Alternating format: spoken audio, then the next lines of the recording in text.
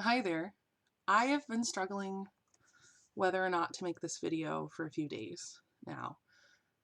Most of the work I've done as a freelance writer over the past 10 years has been amazing.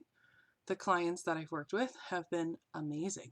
Most of them very long-term client relationships that I value, that I am so grateful every day to have. Sometimes I come across this other type of client and I just get frustrated and I don't share it with anyone. But what I think it does is it creates an artificially rosy environment where we don't truly understand the difficulties associated with being a freelance writer. So I wanted to share two client horror stories with you that happened to me recently. I would say in the past 6 weeks or so. I don't have a ton of client horror stories, but these spoke out to me as something that may impact other people. And I want other people to know that we're in solidarity, that if you are a freelance writer and you're struggling with some difficult clients, that there are great clients and that it happens to even very experienced freelance writers. So the first one I want to talk about, we'll say, is kind of shorter. There was a resume writing company located out of Denver that I was doing work for. And I thought it was going to be a really good fit. Their process was a little bit more extensive than the other companies I've written resumes for. But I've written a lot of resumes. I've written probably 6 years of resumes. I've probably, in that 6 years, done 600 or 700 resumes. So I've done a lot of resumes. So it's definitely a space I feel very confident in. I've helped a lot of people. A lot of the clients I've had in that space have said very positive things. So I was still in the entry phases with them. I'd undergone some training to take on some of their projects. And it was probably project six or seven. It was someone who had already had their resume written by another company. So I was told by my manager at this company to kind of have a conversation with her by phone to make sure that we were on track to give her enough of a difference in the resumes. So I did that. It took a bunch of time, I won't lie. Then I wrote a draft and it went to the manager for approval before it was sent out. So it already had gone through approval and everything. I put together the other resume documents per their company's policy, not something that I would have done. The client didn't like that I put the job she was applying for, the title. She didn't understand it. So she kind of blew it up out of the water. So she went directly to the CEO and was like, I don't understand why this is here. And so um, the long story short is they stood behind me for a couple of days. Then on the last day, they're like, well, we're going to reassign her. We want all the work that you've done at that point, which was the whole project, and we're not going to compensate you for it. So I said to them, yeah, I'm not going to do any more projects. So I'll finish the ones that I've agreed to. I'll do whatever revisions, but I'm not taking any more projects. And she was really surprised. She says, I'm so surprised that you are resigning this way. And I said, really? If you don't pay someone, they're not going to keep doing work for you. These were very time intensive projects. So to have a gamble of possibly not getting paid was a lot. And I will say that if the situation was slightly different, I probably would have accepted not getting paid for the one assignment in order to save the other possible future assignments. However, she reviewed it, the CEO reviewed it, their senior writer reviewed it, everyone reviewed it and said it was fine. It would be different if there was an oversight and I sent it out and they said, this isn't really aligned with the way that we do resumes, so we're not going to be able to compensate, whatever, or we're going to do 50% or just this time or whatever. But that wasn't the way it was. So I broke it off with her, which later information was the right thing to do. The second client horror story of 2019 is actually with an established client.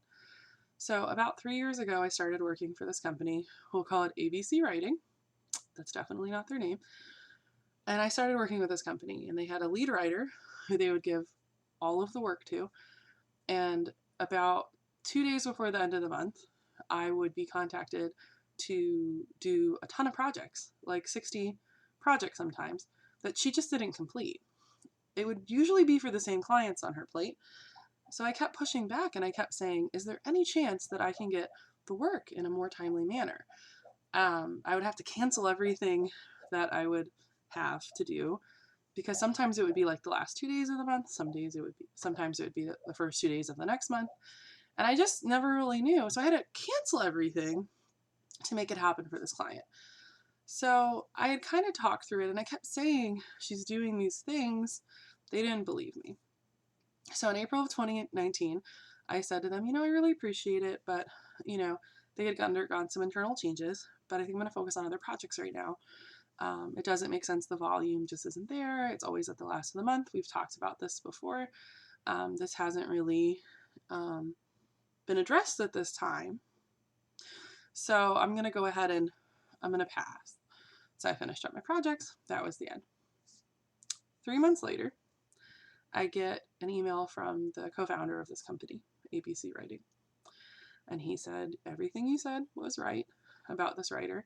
She's no longer with the company, and we have some other writers, but we would love it if you would come back. Your volume will go a lot higher. And so it just makes sense. So at that point, I'm one of 7 writers. And they kept kind of treating me like I was at the bottom of the barrel. So these other writers that had been there like 2 months, some of them had no writing experience. They were kind of ahead of me. But I was like, okay, I'm not really a competitive person. I don't want to be anyone's manager.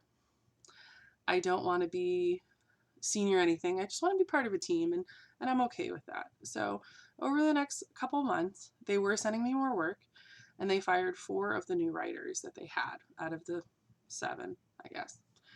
So at this point, I was getting quite a bit of work. There was another girl that didn't have another client outside of this, so she has a lot of availability. So that was fine. And so we were doing work. The week of Thanksgiving, the client says to me, we're going to reassign most of your work to another writer.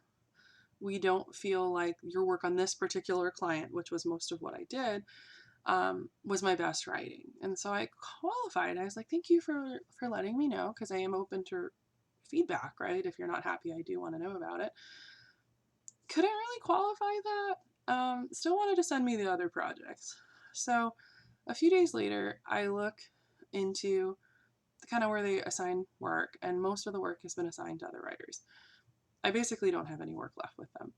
So I said to them, I was like, is this the pace that is going to be expected going forward? If so, I'm going to find some other clients to do work with. He said, let me think about it. Like, I'm going to talk with these people, and I'll let you know if that's what we're going to do. And he did, and he lied, but he said, oh, well, we're going to take what you had and split it between you and another writer. And then it'll be less than you were writing before, but not as little as it could have been. So turns out that wasn't true. And I just have this little bit of work, which is basically nothing, but this very little bit of work for them. And I've talked this through with a couple other people, and I've come to some conclusions. Number one, the quality of the work isn't really different. They did ask me to be more conversational, so it's possible that they lost one client they've had trouble with other writers, and then had trouble with me. They lost that client. And so I think part of it's the backlash of that. They wanted someone's head to chop. And the second thing is, the other writers were not charging as much as I was. They're very new writers, and I had over the 3 years negotiated a higher rate. So I think that's probably more of it. And when the other girl said she had more availability, I think that's sort of what congealed, because it doesn't make sense. If the quality was so poor all of a sudden after 3 years and you begged me to come back after 3 months, why would you want me to continue writing, right? Wouldn't you want to just fire me like you fired the other people if the quality was so horrendous? Also, if you've hired 7, 8 writers in a year and only 2 of them worked out, what does that say about you? Especially if the writers weren't necessarily experienced writers. The other thing is, so end of the year, doing 1099 paperwork, which is how I file taxes as a freelance writer. And I see the start date that they're using is the one that I came back in August. And so it's like all those years of history, that's why they were putting me back at the barrel. I just started again with them.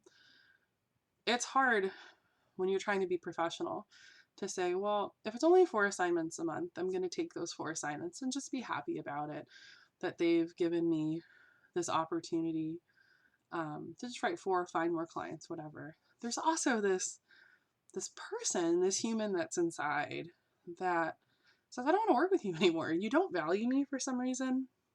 My other clients do value me quite a lot, and they make that very well known. When I have more availability to give them, they're very happy about it. Normally it progresses into where I become more of the senior writer. So it's a new experience for me. I don't know what I did to them, why they feel that way about me. I'm going to find more client work in the coming year and may just end it with them because I don't understand them.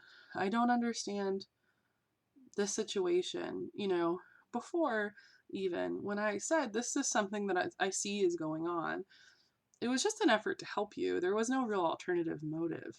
But the fact is they didn't value that for some reason. I'm a freelancer that will stay up late the middle of the night to get your work done to ensure that you don't miss deadlines.